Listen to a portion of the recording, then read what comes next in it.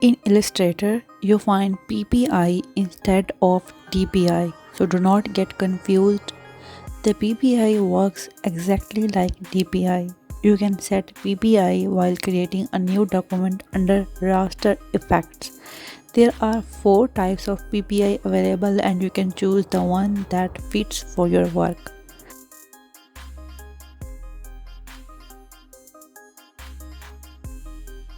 The other method is you need to go to Effect and then Document Raster Effect Settings.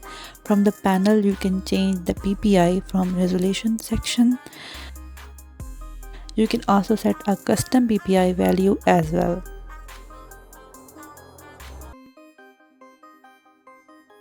And then click OK to save PPI settings.